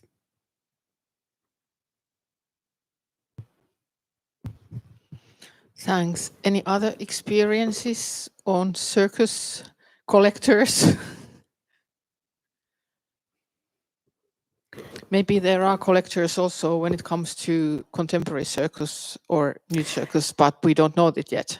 After 20 years, we find someone from somewhere who has a great collection. And I would guess that it would be then like she, the dance artist working for a long career and taking care of her archives, and then others asking, this is the normal way of kind of how things develop. Thank you. I have one more question about the press clippings, because you said you collected press clippings in the beginning, and we have at the Theatre Museum a great collection of press clippings from theatre and dance performances since early 20th century. Is that, yeah? And now it's getting more. I was wondering when I started to work here why in the earth we have all these press clippings, because I can go to the National Library and almost everything is digitalized. But then I got very good explanations, and yes, there are still things that are not enough. But that's also one thing I think we are discussing at the moment. That what do we do with the press clippings, and when people want to donate us press clippings, that should we still take all of them, or should we just leave them out? And I remember, was it Anna, you that said something about this? Did someone mention that this morning? Do you want to say something?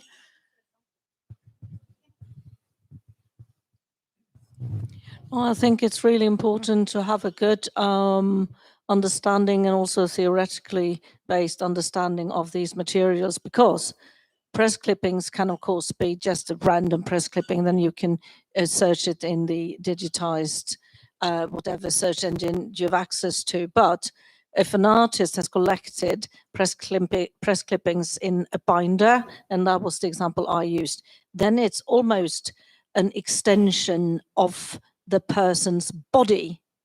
They use it, it lives with them, it mirrors their entire life in dance and what they wanted to collect. And it's often more in there than only the reviews, for example.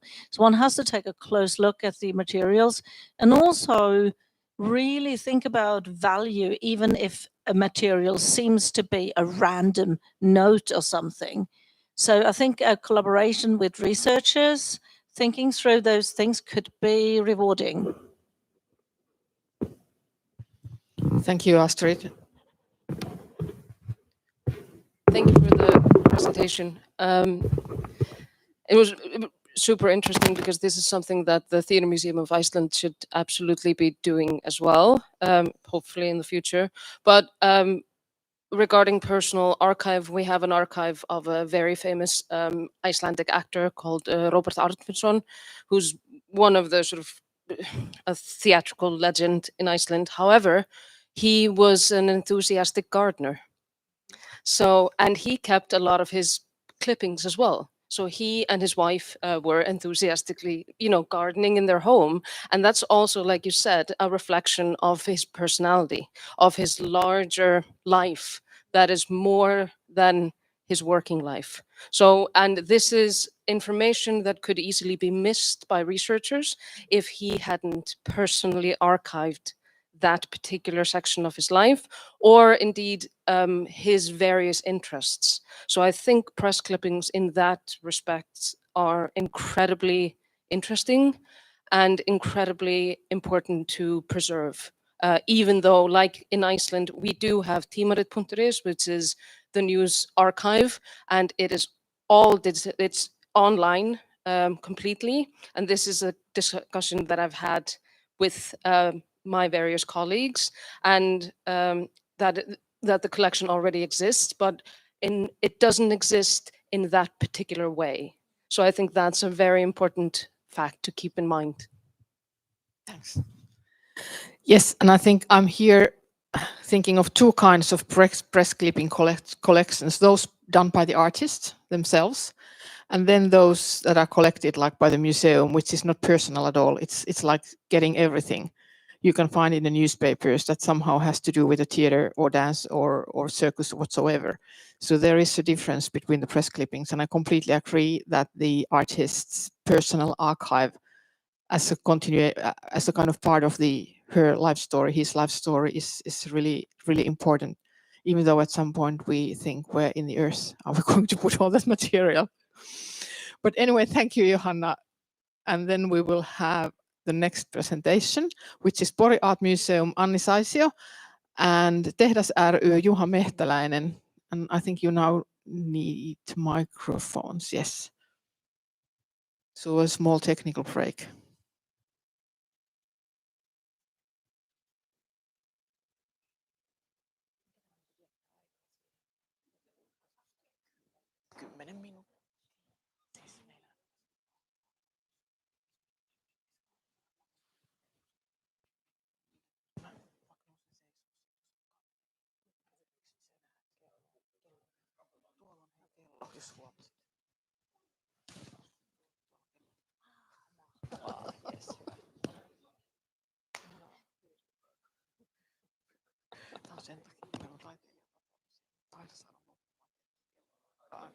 Saadaan just tuosta kello.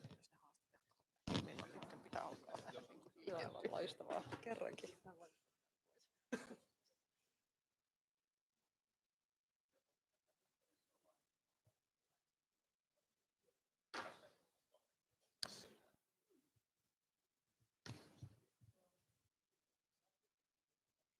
Okay, we'll continue. Welcome, Anni and Juha. Anni Saisio has worked at the Pori Art Museum as the chief curator since 2012, and she's responsible for the museum's collection unit and regional museum work. And she's a Master of Art from the University of Turku majoring in art history. And she has then, since then worked in the museum field with art collections, archives, and public art. And she's particularly interested in digital accessibility, open data, and shared development. And Juha Mehtäläinen works with audiovisual media in various ways, sometimes as a teacher, as an archivist, sometimes as an artist or a freelancer. And in recent years, his main focus has been in various collective projects and processes. Welcome both, and please. Thank you very much for the invitation. It's been a really interesting start for the day today. Yeah, thank you for having us. Very interesting to hear the presentations, and so happy to be here. So we're going to go through a quick overview of what we have been doing, kind of how we've been doing it, and maybe a little bit of why we've been doing it also. So a bunch of slides follows. We are representing DARK, the performance art documentation project. Maybe Anni can say something about this. Yeah, first slide. I ran into this quote in a book by Ernest Hemingway on bullfighting. Maybe you know this, but surprisingly well, it kind of fitted in our problematics of how to document performing arts or performance art as we are, especially because performance art is so very like attached to time and the moment when you are seeing the performance, and it's always like a unique experience between the performer and the audience. Yeah, but we can go onwards. Yeah, a big question, probably familiar with for most of you. So I'm representing Tehdas. The Tehdas is an abbreviation from Taide eheyttää harmonisoi dada anarkiaa Suomeen. So good luck in translating that. It was started in 2002 in Kankaanpää, mainly by a group of art students at the time, and was officially registered in 2003, making this our 20th year anniversary year. And Tehdas has been producing performance art events since 2005. It was awarded the State Art Award in 2011, and it's been also developing an artist-run kind of multifunctional cultural space and a sculpture park in East Pori, and Pori is in the west coast of Finland since 2011. Yeah, and about our museum very briefly. So we are a contemporary art museum, and also like we have surveyed ephemeral art like Fluxus, environmental art and site-specific art. And also we are a regional art museum with this responsibility for documenting arts and visual culture, and this is the like context in which we are doing this project together with Tehdas. Yeah. So a little overview on the archive itself. So Tehdas has been documenting the performance art events pretty much from the start, starting in 2005. And the bulk of our archive consists of video footage from mainly two different events. One is PERF festival, which was organized mainly in Pori in various locations from 2005 to 2016-17. And from Pervo Club, which was organized mainly in Tampere at Telakka, 2007 to 2017. So mostly the material is performance art, but there's also some live music and some live media art. But of course, these things are always overlapping a little bit, so sometimes the categorization is difficult. But we mainly go with the word performance art. It's a pretty wide sample of Finnish performance artists from this period, and also has quite a bit of international artists included as well from around the world. And most of these events have been documented, though some of the original footage has gone missing, but majority of the footage is in the archive. So we have roughly 400 unique video recordings at the moment in the archive. And the project was started around 2013 by a team consisting of myself and Antti Pedroso, Manu Alakarhu, and Eero Ylivakkuri. So it was our own kind of interest and attempt to figure out what to do with all this material that had slowly been accumulating and piling up over the years. So somebody at some point had to start to think about what to do with all of this. And then the project then expanded into a collaboration with Pori Art Museum into different projects supported by Ministry of Education and Culture and National Board of Antiquities. And the arrangement between TEDAS and Pori Art Museum is such that we kind of curate the archive, we document and collect the material, we even collect the metadata, and then we also publish material online. And then Pori Art Museum is taking care of the long-term preservation and helping to develop the kind of methods and tools for the preservation, especially with the metadata and long-term storage. But unfortunately, at the moment, the DARC website is not down now, isn't it? Like it's unfortunately down. But there was it like 30 videos? Last the slides is 60. Oh, 60, yeah. Oh, yeah, sorry, 60, yeah. So, yeah. Yeah. And the artists have also been quite happy to have the videos there, haven't they? Yeah. Absolutely.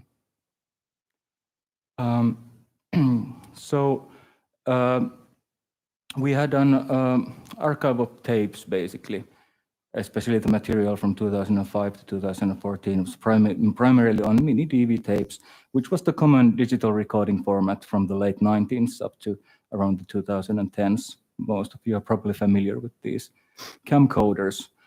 And the mini DV tape is a pretty durable media. It can last up to 30 years if it's stored well, but it has vulnerabilities like all other storage of digital media.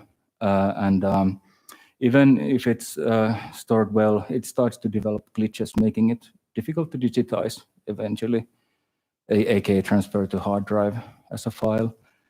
So getting them digitized was the really a key aspect of the project. Maybe this might be a good point to show you just a little video example of what kind of material we have. And this little compilation, better to take the live stream sound off because we don't run into any copyright issues with YouTube. Okay.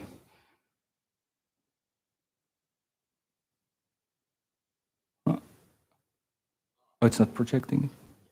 Okay.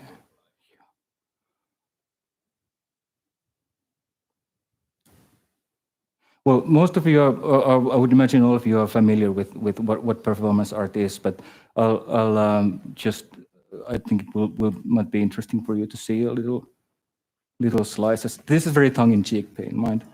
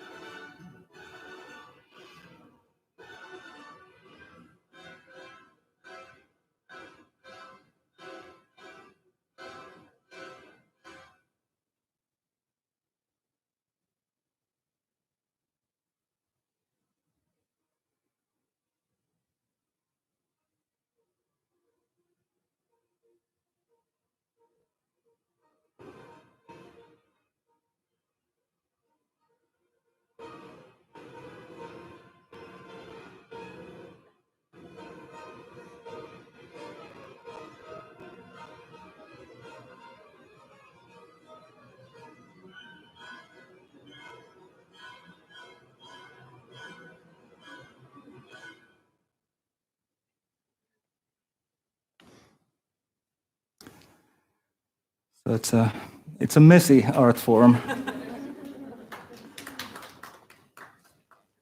And we are lucky to have like an art school in our county.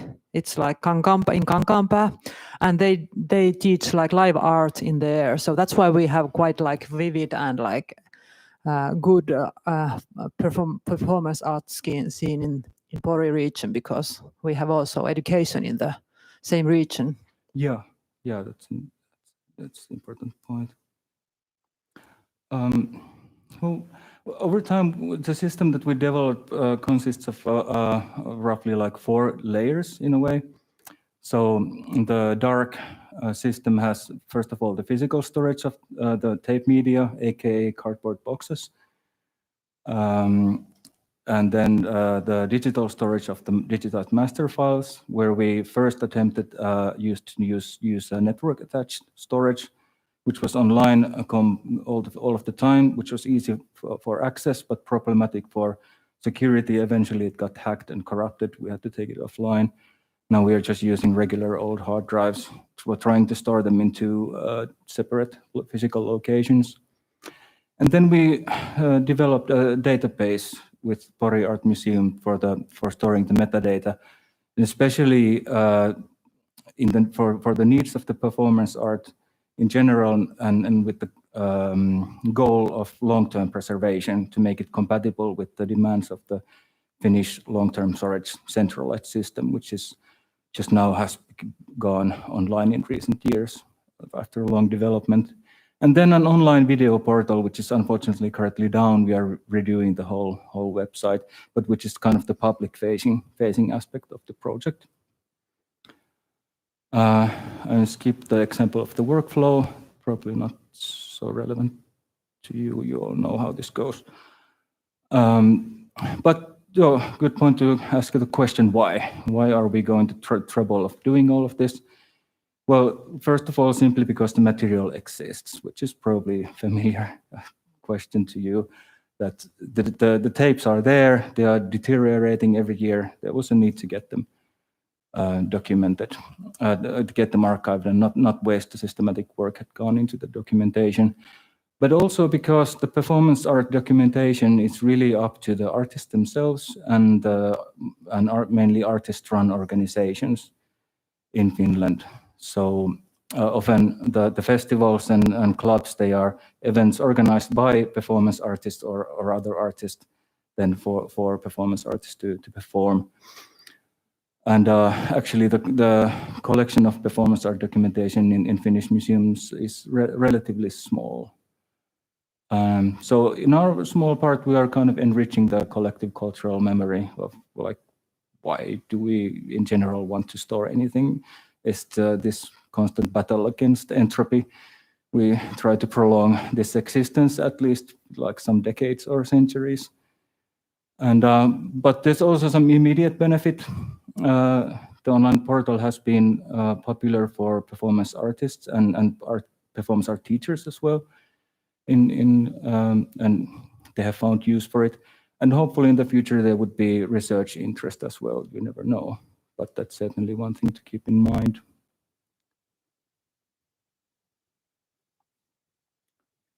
Yeah, well, maybe we have quite so little time, so maybe we will skip this slide because I guess this problematic is quite familiar to you and go onwards.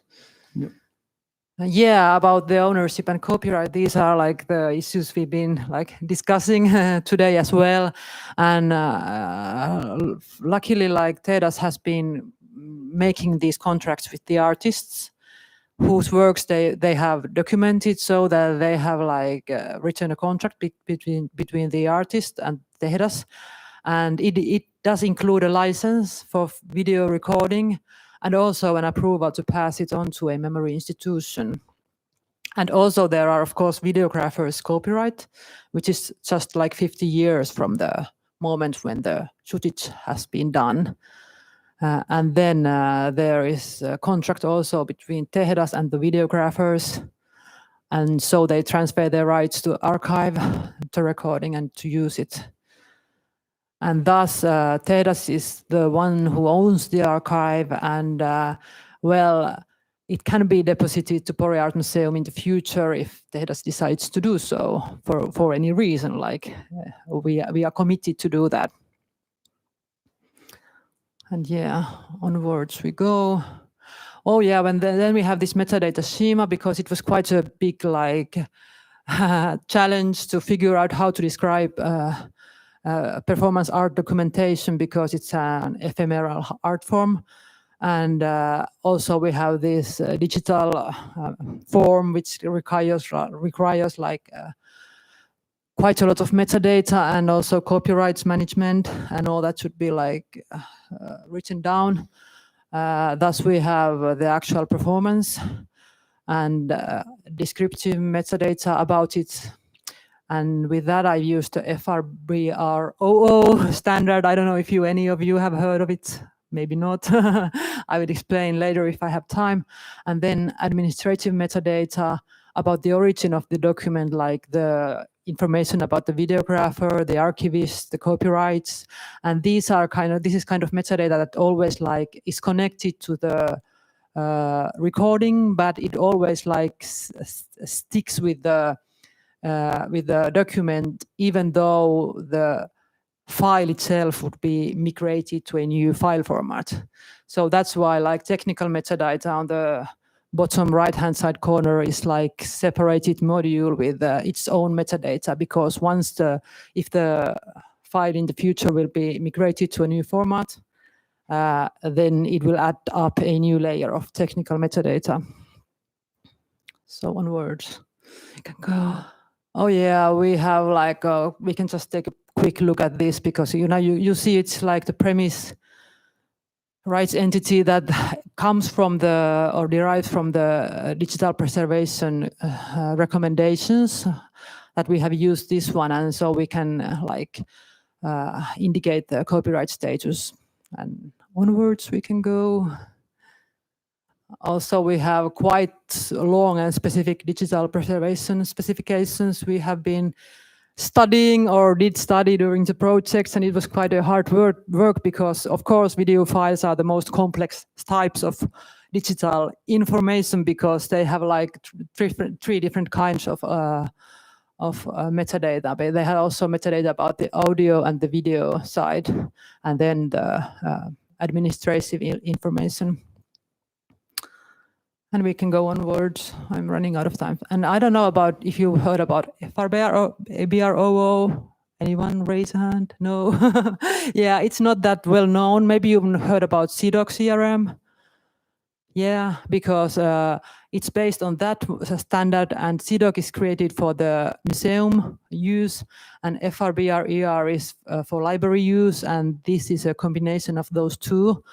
It's an ontology, and it has been created to represent the semantics of bibliographic information, and but it has been like used also to describe performing arts, and there has been like an article written about this. And first for the metadata schema, I studied the CDOC CRM and did a mapping on that, but then I was told that you should use FRBR00 because it's more usable for that, and I think it was a good advice. We can go onwards. So there you can see this is kind of this heavy duty metadata stuff. Usually at this point everybody gets really scared, but this is like I think this is the only way to like describe the performance art. It's an intellectual object, intangible object that has like several like factors connected to it. There is this actual performance, and there is the conceptual content of the performance, and there are information connected to that. And it has been like possible to describe it quite like detailed with this standard, but I don't think I can go further now because we are running out of time. But yeah, we have like future challenges, of course. And would you like to say something, Juha, first about this? Right. Well, for sure, one of the big challenges ahead is to see whether we're actually managed to be compatible with the long-term storage system in practice, and not just in theory. And hopefully, we'll get to try that thing out in at least in recent years, in short term the future. But yeah, if we run into compatibility issues, then we need to just fix things and do more work and so on. Yeah, I guess the challenge with there are some like bits of information in the technical metadata that have to be like written down when the file is being like created, or you cannot see it from the file information later on.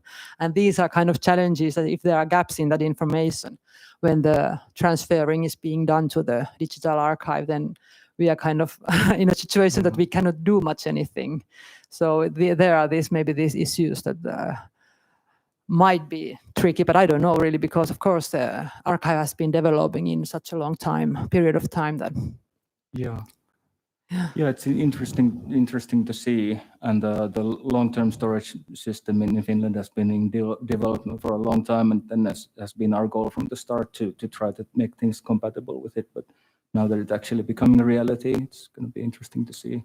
Yeah, and the biggest problem is, I think, that they are unable to serve small museums like we are, because until now they have been like working with big national institutions who have their own IT departments and lots of stuff to do the work. But we have like the City of Pori IT like unit, and you can figure out how much they are interested in these kind of problematics. So like you can forget about it like immediately.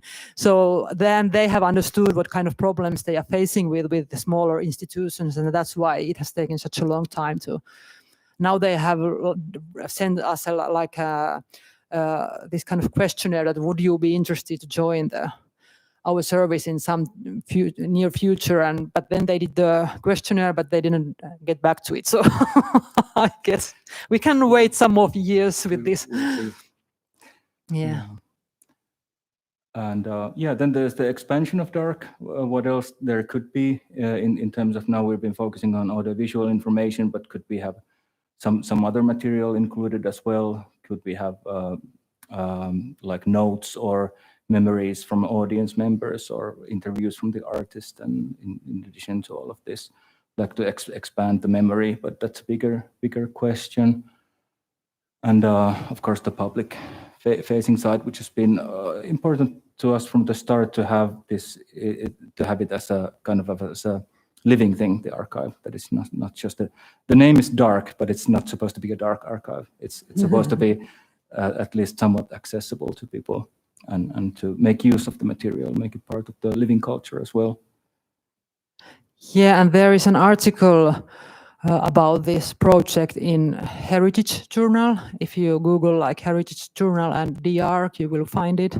And there will be more about also this, like how to expand the metadata schema with the new expansions, for instance, and all the other like information about the project. Yeah. Oh yeah, and I was thinking to mention you that you know CDOC, a committee in ICOM, and they have this exhibition and performance documentation working group. And I think this has been born within the like art museum scene, and they have like spotted out that the performance art documentation is quite poorly like done in the art museum scene. So they have this working group to develop those problematics. And I just put the mentioning of it in case you are interested. It has been quite like not like the most active group, what I know, but there should be an online meeting next fall if you wish to like, obviously if you are interested of its work. Yeah. And I think one thing to also mention is that we have been, at least in 2014, we also released a kind of a dark manual, so that we try to kind of make our model of collaboration like open source, so it could be shared with other either like similarly interested artist organizations and museums, to help as a kind of framework to replicate this kind of model if they want to. So that's can be found online also, or you can ask us for a copy of that in Finnish, though I think it was in English. I guess it's in Finnish. Finnish, yeah. It's been a while. Yeah. Thank you. Thank you, Annie.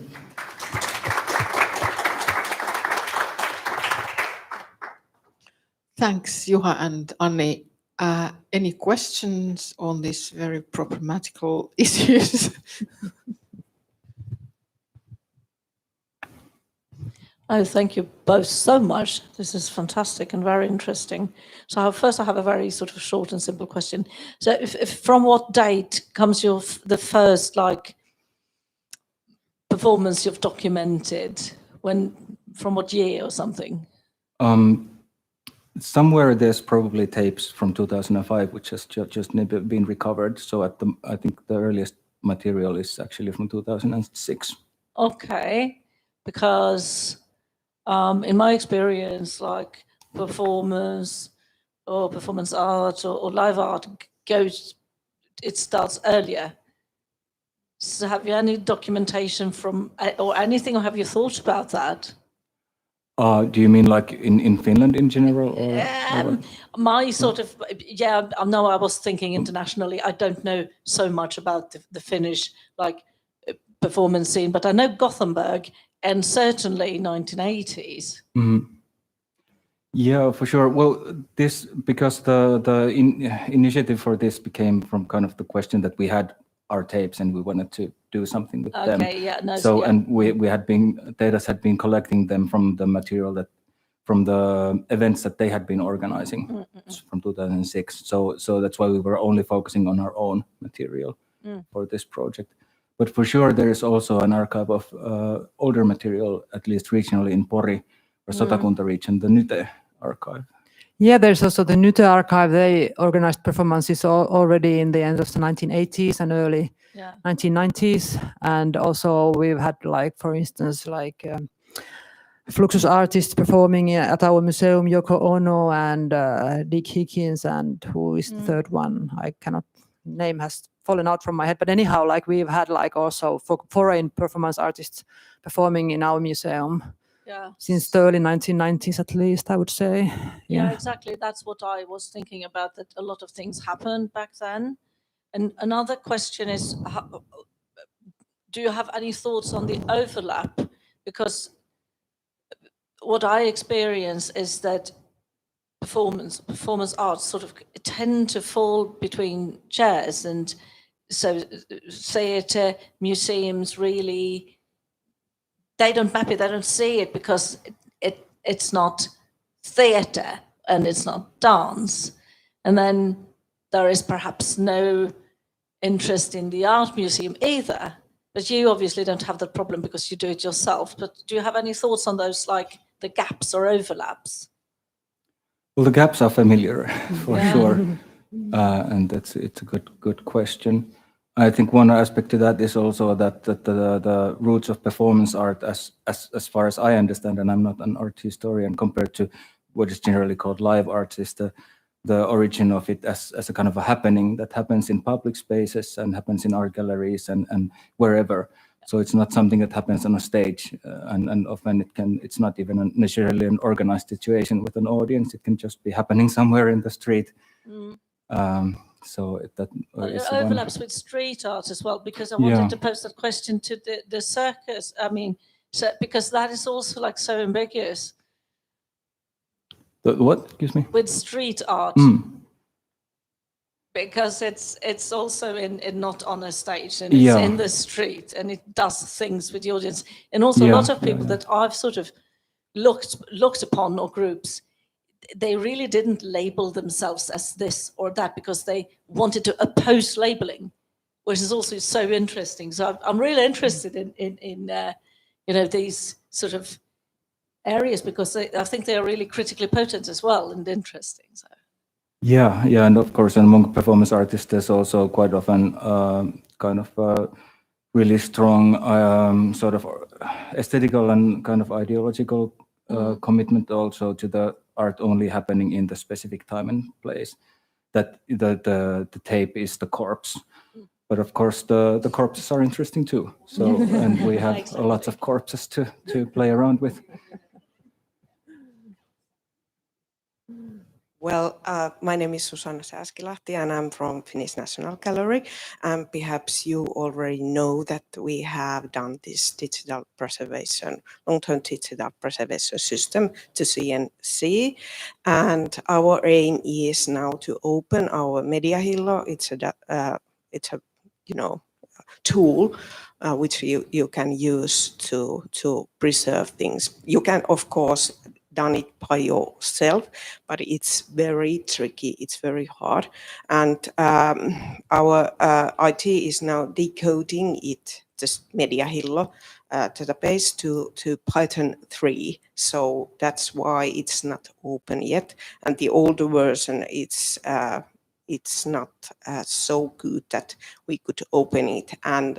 And also, the CSC is changing the system to Python 3, so it's good to wait to have it, the documentation of it. So it's then freely used, and well, we have an IT system in our house, but they are doing besides all the work. So that's why it's so time consuming. Yeah, that's great news. Thank you. Any more comments? Yeah. Thank you so much for the presentation. I just had a quick question because you said that you have a local arts university in your School of Higher Education, I think it's like. Yeah. Do you collaborate? Do you make your archive accessible to the students? So I'm just wondering about, is there a collaboration between your project and the school? At least kind of informally, because I know that many of the teachers who are teaching there, and they have been using our material that's available online for their courses. So yeah, short answer. Brilliant. Thank you. Thank you, Anni and Juha. I think that was the last question and our last presentation for today. So thanks for our speakers today.